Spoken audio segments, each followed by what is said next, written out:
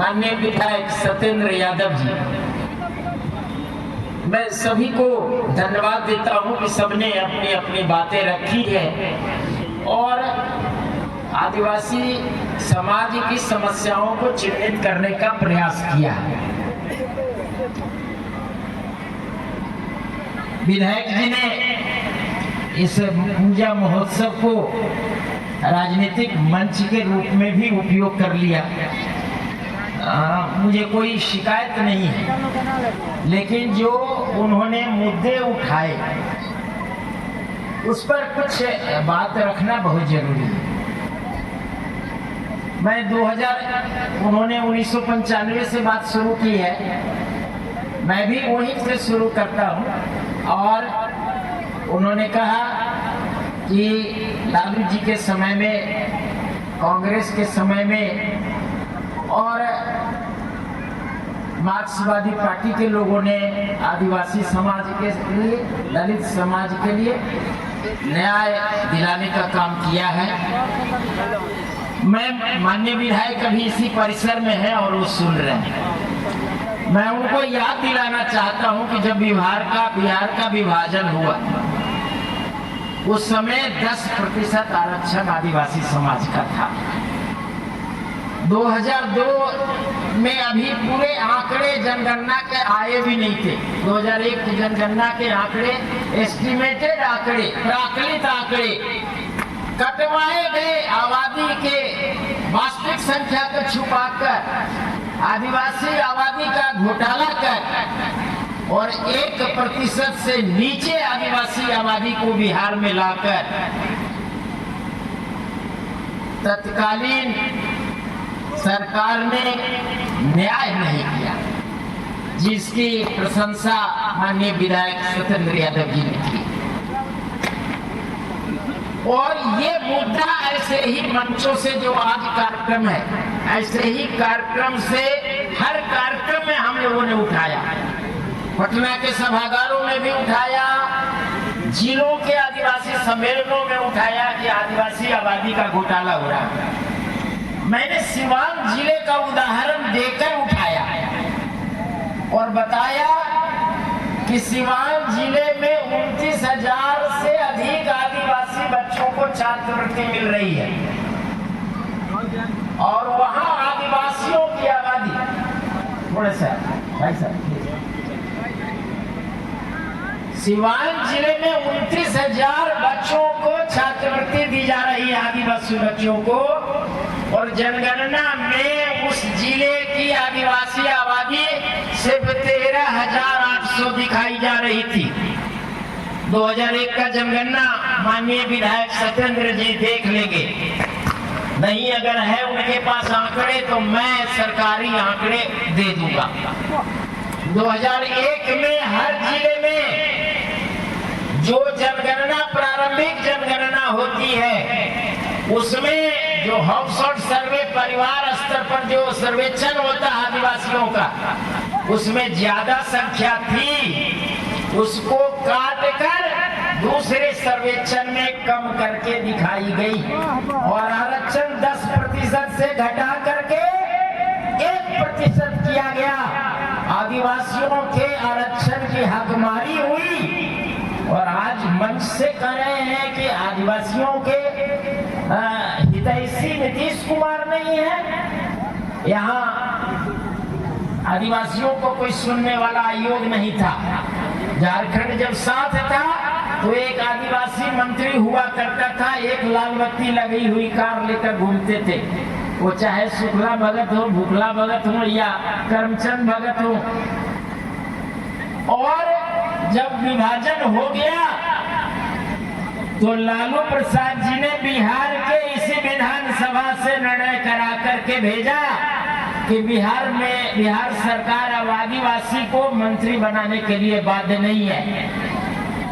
माननीय विधायक जी, संविधान आज है, आज भी संविधान की किताब है और उस संविधान में 94th amendment of the constitution, जो 94वां संशोधन हुआ है, बिहार के आदिवासी के विरोध विरोध में बिहार के आदिवासियों के हित के विपरीत ये लिखवाया गया, क्या बिहार में आदिवासी मंत्री नहीं बनेगा? कर्पूरी ठाकुर जी की जाति की कितनी संख्या रही है बिहार में? आज सर्वे जातीय सर्वे हुआ है, नाई जाति का सर्वे उठा के देख लीजिए, मेरे पास आंकड़े हैं।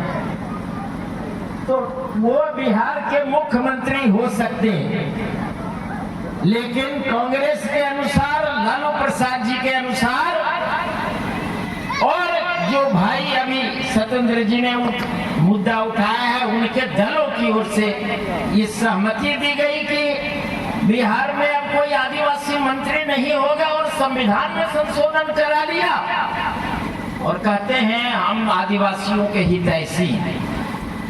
और नीतीश कुमार की मानसिक विक्षिप्तता हो गई। क्या किसी मेडिकल टीम ने नीतीश कुमार के विषय में, मानसिक विक्षिप्तता के विषय में कोई सर्टिफिकेट दिया है? अगर किसी व्यक्ति को मानसिक विक्षिप्तता का सर्टिफिकेट नहीं मिला है, तब तक कोई भी संवैधानिक पद पर रहने वाला व्यक्ति ये नहीं उठा सकता बात। उनको ऐसे मन से नहीं कहना चाहिए कि नीतीश कुमार जी मानसिक रूप से विक्षिप्त है। ये वो भी माननीय विधायक हैं, संविधान के तहत सदन के सदस्य हैं, और उनको गरिमापूर्ण बात रखनी चाहिए। मैं एसडीएस उच्चतर माध्यमिक विद्यालय अनवल के प्रांगण में ये कह रहा हूं कि जब आदिवासियों ने इस मुद्दे को उठाया बड़े पैमाने पर कि हमारा आदिवासी आबादी का घोटाला बंद करो, तो इस बार जो जातीय सर्वेक्षण हुआ नीतीश कुमार जी ने कराया, उस जातीय सर्वेक्षण में ये स्पष्ट हो गया कि शेड्यूल कास्ट का, अनुसूचित जाति का आरक्षण 16% नहीं 20% होना चाहिए, और आदिवासियों का आरक्षण 1% नहीं बल्कि 2% होना चाहिए। ये आबादी घोटाला नहीं था तो क्या था? कोई अनुसूचित जाति में कोई नई जाति की प्रविष्टि तो नहीं हुई, कोई नई जाति शामिल नहीं हुआ। जितेंद्र ने अभी बहुत अच्छे तरीके से सारी बातें बताई। तो ये हमारा 10% से 1% आरक्षण कर लिया। जो इन्होंने उठाया उस बात को ही दोहराता हूं कि माननीय विधायक जी, इस जिले में 7% आरक्षण था, बगल के पड़ोसी जिले में सिवान में 7% आरक्षण था, और कांग्रेस ने, लालू प्रसाद जी ने और उनके सहयोगी दलों ने जिला आधारित आरक्षण रोस्टर खत्म किया। आजादी के बाद से जिला आधारित आरक्षण रोस्टर लागू था, 1994 में भी लागू था, 2002 तक आरक्षण रोस्टर लागू था, और हमारे पास उसके नोटिफिकेशन बिहार सरकार की अधिसूचना, सभी अधिसूचना आजादी से बाद से लेके आज तक है। और आपने 7% जहां मिल रहा था वहां 1% कर दिया। क्या सिवान जिले का कोई आदिवासी परिवार, गोंड परिवार उठ करके झारखंड चला गया विभाजन के बाद? क्या छपरा जिले का, सारण जिले का कोई भी आदिवासी परिवार झारखंड गया? नहीं गया। लेकिन आदिवासियों के और अनुसूचित जाति के, ये दलित आदिवासियों के आरक्षण में हकमारी करने के लिए जिला आधारित आरक्षण रोस्टर खत्म किया गया। ये इतनी बड़ी साजिश इसी बिहार में हुई है, और जिनके प्रशंसा के पुल बांधे जा रहे हैं उन लोगों ने ही किया है। ये विडंबना है। हम केवल ऐसे मंचों से बोलते रहेंगे तो फलाफल कम मिलेगा। एकलव्य मॉडर्न स्कूल आदिवासी बच्चों के लिए कांग्रेस की सरकार ने, और लालू प्रसाद जी उस सरकार में रहे हैं, केंद्र में रेल मंत्री थे, तो एक भी एकलव्य मॉडल स्कूल बिहार को नहीं दिया। हमारे हितैषी कैसे हैं भाई? ये कौन सा हितैषी आप हैं हमारा? 135 विद्यालय में इस मुद्दे को हम लोगों ने जनजातीय मंत्रालय में भी उठाया, पहले नीति आयोग के पहले योजना आयोग में भी उठाया, अलग अलग मंचों पर उठाया, बिहार में जगह जगह उठाया और 3 आदिवासी बच्चों के लिए आवासीय विद्यालय यहाँ लागू कराया। 16 एकलव्य मॉडल स्कूल बिहार के लिए केवल स्वीकृत करा करके लाए, नोटिफिकेशन मेरे पास है। तो ये काम तो हुए। देश में 135 उन्होंने दिया था पूर्व की सरकार ने, वर्तमान केंद्र सरकार ने 740 एकलव्य मॉडल स्कूल इस देश के लिए दिया। आजादी से लेकर के और 2005 तक केवल 15 आवासीय विद्यालय आदिवासी बच्चों के लिए बिहार में थे, वो भी 3-4 जिलों में ही, कटिहार, पूर्णिया, रोहतास और कैमूर, बाकी जिलों में नहीं थे। सिवान जिला में 2.5 लाख से ऊपर आबादी है। गोपालगंज में अभी आदिवासी आबादी 1,05,000 है, वहाँ 16,000 पूर्व की सरकार दिखाती थी। जब पिछले बार हम लोगों ने आंदोलन किया और ये सारी बातें उठाई कृष्ण मेमोरियल सभागार में, तो ये फिर वहाँ 2011 की जनगणना में 62,000 आबादी गोपालगंज में स्वीकार किया और सीवान जिले में 87,000 स्वीकार किया। आज गोपालगंज जिले में 1,05,000 आबादी है। मैं अभी गया था, वहाँ मीटिंग बैठक लिया एसटी कमीशन के एक्सपर्ट के रूप में कलेक्ट्रेट में, सारे अधिकारियों के बीच में लिया और उन लोगों ने स्वीकार किया कि 1,05,000 आबादी है। सीवान जिले में उससे भी अधिक आबादी है। तो ये आबादी घोटाला पर रोक लगी, ऐसे ही कार्यक्रमों की देन है। आज बहुत अच्छी बात एक की हुई है कि बिहार राज्य गुण महासभा के निबंधन को पुनर्जीवित किया जाएगा। हम आपको बधाई देते हैं कि आप सभी ने ये अच्छा निर्णय लिया है, क्योंकि आज का दिन और भी एक और तरीके से महत्वपूर्ण है। आज सुभाष चंद्र बोस देश की शहादत जिन्होंने दिया, आजादी की बुनियाद मजबूत की, आज उनका शहादत दिवस भी है। तो हम दो भावना रख करके एक साथ एकत्र यहाँ सब हुए हैं और कुछ निर्णय ले रहे हैं। यहाँ आवासीय विद्यालय और छात्रावास की बात आई। आप सारण जिले में जमीन का इंतजाम कीजिए। सिवान जिले में जमीन चिन्हित हुआ है और उसकी रिपोर्ट हम लोगों ने सरकार को सबमिट कर दी है, उस पर पहल चल रही है और उम्मीद है कि वहाँ वो जमीन का जिला अधिकारी से जैसे ही आवंटन हो जाएगा तो हम लोग वहाँ विभाग से स्वीकृति दिलवाने में मदद कर देंगे और वहाँ हो जाएगा। सिवान जिले के लिए बोल रहा हूँ। छपरा के लोगों के लिए कह रहा हूँ कि भाई अब आप आवासीय विद्यालय के लायक 5 एकड़ जमीन चिन्हित कीजिए, खुद खोजिए, कर्मचारियों से संबंध बना के गैर मजरूआ खास जमीन की तलाश कीजिए और उसके लिए फिर आगे पहल की जाएगी। अभी बिहार में 27 आवासीय विद्यालय स्वीकृत हैं और संचालित हैं। पहले सिर्फ 15 थे, कहीं 200 कहीं 300 बच्चे पढ़ रहे थे। केवल 2,500 बच्चों के आवासीय विद्यालय में पढ़ने की व्यवस्था थी। अभी बता ही दिया कि 3 आवासीय एकलव्य मॉडल स्कूल आ गए हैं और 16 और अभी स्वीकृति का पत्र आ चुका है और 27 अलग से आवासीय विद्यालय बिहार सरकार ने वो चलाया है। और जहां 200-300 छात्र छात्राएं होते थे, आज वहां 720 का हर जगह प्रबंधन हो गया है। इसका स्वीकृता देश भी निकल गया है। तो अभी जो बात उठ रही है, दूसरा एक महत्वपूर्ण, नीलमणि जी अभी हैं, हमसे इन लोगों ने अभी कहा था, शिकायत की कि पटना विश्वविद्यालय के बच्चों को छात्रावास नहीं मिल रहा है।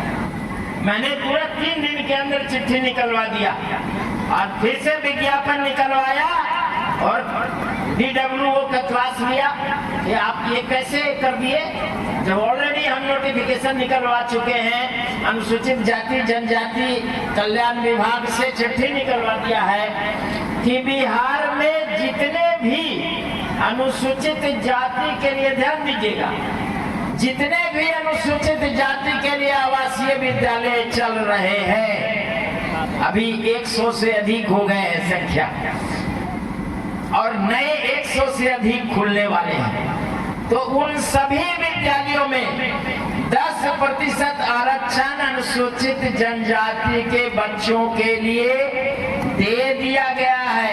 मैंने चिट्ठी नीलमणि जी को भेज दिया व्हाट्सएप पर। उस दिन जब छात्रावास की बात आई थी, मैंने चिट्ठी इनको भेजा। इन लोगों ने कहा कि आप भाषण में बोल के आए हैं, शिवाम की कहा कि 10% आरक्षण छात्रावासों में हो गया है। हाँ, तो इन लोगों ने तुरंत तोहमत मुझे लगाया कि आप वहाँ भाषण में बोले हैं 10% आरक्षण है, और पटना विश्वविद्यालय के किसी भी छात्रावास में आयु आरक्षण नहीं मिल रहा। मैंने तुरंत इनको चिट्ठी भेजा, अधिसूचना की कॉपी भेज दी और कहा कि जो भी आवेदन दे सकता है सबको दिलवाइए, और 10% पूरे बिहार के लिए बता रहा हूँ, जहाँ भी शेड्यूल कास्ट के बच्चों का। मैंने ये व्यवस्था इसलिए सरकार से अनुरोध करके कराई है कि हम जमीन खोजेंगे, छात्रावास बनेगा, तो ये प्रक्रिया में 5 साल लग जाएगा। तब तक हमारे बच्चे क्या करेंगे? सो अभी फिलहाल जब तक हम वो सब काम चलते रहेगा, डिमांड हमारा लगते रहेगा, लेकिन जितने भी अभी आवासीय विद्यालय चल रहे हैं, जितने भी छात्रावास चल रहे हैं, सभी में आवेदन दीजिए, 10% की गारंटी। हाँ, ये लागू हो गया। बात कर रहे हैं, यहाँ ST कमीशन नहीं था, झारखंड भी साफ था, तब भी ST कमीशन नहीं था, हम लोगों ने बनवाया। और आज कोई भी बात उठती है तो ST कमीशन की टीम हम लोग पहुंचते और न्याय दिलाते। उनको कई जगह नौकरी भी, भागलपुर में 2 आदिवासियों को नौकरी भी दिलवाया, जहाँ मर्डर का केस था, 8,25,000 रुपया भी दिलवाया, फिर उनको नौकरी भी दिलवाया। और जो अभी वीर प्रकाश जी ने कहा कि 1 लाख तक क्षतिपूर्ति है, 1 ही लाख तक नहीं है, वो 5 लाख तक है, वो अलग अलग किस्म का है। ठीक है, बलात्कार का केस है तो अलग मुआवजा की राशि है, और दूसरे तरह की प्रताड़ना है तो अलग है, लेकिन वो उसके हिसाब से। जहां भी मुआवजा नहीं मिला है वैसे आप आवेदन को मुझे दीजिए, आवेदन नहीं भी बने तो कोई बात नहीं, केस नंबर थाना का दे दीजिए हमको, बाकी सारा कागज मैं खुद डायरी मंगवा लूंगा, उसके सारे कागजात मंगा लूंगा, आईओ ने क्या लिखा है पढ़ लूंगा, SC ST एट्रोसिटीज एक्ट लगाया है कि नहीं वो भी देख लूंगा, और नहीं लगाया है तो वहाँ लगवाने का भी काम करेंगे। ऐसा अन्याय नहीं है उनके साथ। और अभी कहा, एक साथी ने उठाया था कि मंदिरों के पास बहुत जमीन है और महंत सब कब्जा रखता है, पुजारी कब्जा रखता है। आप कहीं भी ऐसा उदाहरण दीजिए जहां की वो मंदिरों में अधिक जमीन है, सीलिंग के प्रावधान से अधिक, तो हम लोग उसको तुरंत सीलिंग में डलवा करके उसको अधिग्रहण करवा देंगे और उसको दलित आदिवासियों में वितरित कराने का काम करेंगे। किशनगंज जिला, पूर्णिया जिला, अररिया जिले में ये भूमि वितरण का काम अभी हो रहा है। ऑपरेशन दखल दिहानी का प्रक्रिया वर्तमान सरकार ने लागू किया है। जहां भी दलित का जमीन या आदिवासी की जमीन अगर गैर आदिवासी ने बेदखली में ले लिया है, जबरन कब्जा कर लिया है, उस केस को मुझे दीजिए, मैं उसमें खुद इंक्वायरी में आऊंगा और आकर के उस पर रिपोर्ट बनाकर सरकार को दूंगा और उनकी जमीन को अतिक्रमण से मुक्त करा दूंगा। ठीक है? लेकिन ये बातें केवल माइक पर नहीं होनी चाहिए, उसका बिल्कुल ऑथेंटिक कागजात मिलने चाहिए कि हाँ उनकी जमीन है, उनकी जमाबंदी है कि नहीं। अगर किसी आदिवासी के जमीन पहले थी और फर्जी रजिस्ट्री दिखा करके, ऐसा बहुत सारा केस मेरे पास आया और बहुत मैंने रद्द भी करा दिया और जमाबंदी करा लिया है, उस जमीन पर कब्जा कर लिया है या कब्जा करना चाहता है, तो मैं उस जमाबंदी को, जो अवैध जमाबंदी कराया है, उसको रद्द करा दूंगा। इसकी गारंटी है, वो रद्द हो जाएगा और जमीन पर वापस दखल कब्जा भी मिलेगा। सो हम लोगों को ये बात समझने की जरूरत है कि जैसे और भी बहुत सारी बातें उठाए हैं लोगों ने। उद्यमी योजना की बात उठाई, 2 लाख वाले, मुख्यमंत्री अनुसूचित जाति अनुसूचित जनजाति योजना, उद्यमी योजना की बात उठाई, 10 लाख रुपए वाले। तो उसमें आवेदन जरूर दीजिए और उसमें बेईमानी नहीं हो, इसलिए लॉटरी सिस्टम लगाया गया है ताकि आम लोगों को बिना पैरवी किए हुए मिल सके। तांती और ततवा का शेड्यूल कास्ट से हटाया गया, सुप्रीम कोर्ट ने हटाया, उसकी विधायक ने आलोचना की। शायद विधायक जी को पता होगा कि वो शेड्यूल कास्ट और शेड्यूल ट्राइब्स में बिहार सरकार को अधिकार नहीं है कि किसी को उसमें शामिल कर दे या बिहार सरकार किसी को उसमें से निकाल दे। ये है ही नहीं, संविधान में ऐसा प्रावधान ही नहीं, और वो संवैधानिक इश्यू है। इसलिए और तांती और ततवा दोनों ही अत्यंत पिछड़े वर्ग में रहे हैं और वो शेड्यूल कास्ट में कभी नहीं थे, आजादी के पहले भी नहीं थे। कुछ जातियां आज भी जो आदिवासी पहले थी आजादी के पहले और आज वो आदिवासी में नहीं है, कुछ लोगों ने वोट बैंक बनाने के लिए उसको दलित में ले लिया है। भोक्ता गया जिले में है, उसके सारे कल्चर आदिवासी के हैं, लेकिन उसको भोक्ता को शेड्यूल कास्ट में रखा है। ये मुद्दा मेरे पास आया है, हम लोग उसमें सर्वेक्षण करने जाएंगे और जो 15 क्राइटेरिया मानक है अनुसूचित जनजाति का, उसको निगाह से उसके हिसाब से विश्लेषण करके और उसको अनुसूचित जनजाति में आजादी के पूर्व की तरह फिर से लाने का प्रयास करेंगे और वो हो भी जाएगा। इसलिए तांती ततवा के बाद हम लोगों ने माल पहाड़िया का इशू उठाया था और माल पहाड़िया को चकाई विधानसभा क्षेत्र में और बांका जिले में और जमुई जिले में बहुत बड़ी आबादी है। 48,000 इस जातीय सर्वेक्षण में आया है उनकी आबादी, परिवारों की संख्या, तो उनकी आबादी है। तो चकाई क्षेत्र से उसको बैकवर्ड में लाया गया, उसके टाइटल को वो जाति बनाया गया और वहाँ कृष्णकांत सिंह राजनीति करते थे, मुख्यमंत्री से मिल करके श्री बाबू से श्री कृष्ण सिंह का जमाना था, उसको गैर आदिवासी बना दिया गया, उसको फिर से अनुसूचित जनजाति की सुविधाएं मिलने लगी है। तो अन्याय अगर कहीं हुआ है तो हम लोगों की दखलंदाजी भी होगी। हमें अच्छा लगा कि जो आदिवासी नहीं है और वो भी आज इस मंच से जिन्होंने संबोधन किया, उन लोगों ने आदिवासी समाज के शहादत देने वाले वीरों, वीर बाकुओं की, वीरांगनाओं की प्रशंसा की। तिलका मांझी, बिरसा मुंडा, सिद्धू कान्हू, चांद भैरव और इस जिले के स्वतंत्रता सेनानी मानिकी बाबू, ये भी हम आज इस कार्यक्रम में याद करते हैं, उनको श्रद्धा सुमन अर्पित करते हैं और हम ये दिलासा देते हैं कि उनकी आत्मा को शांति तो सदैव सदैव बनी ही रहे, साथ साथ उनके जो अधूरे कार्य बच गए उसको हम लोग सब मिल करके पूरा करने का प्रयास करेंगे।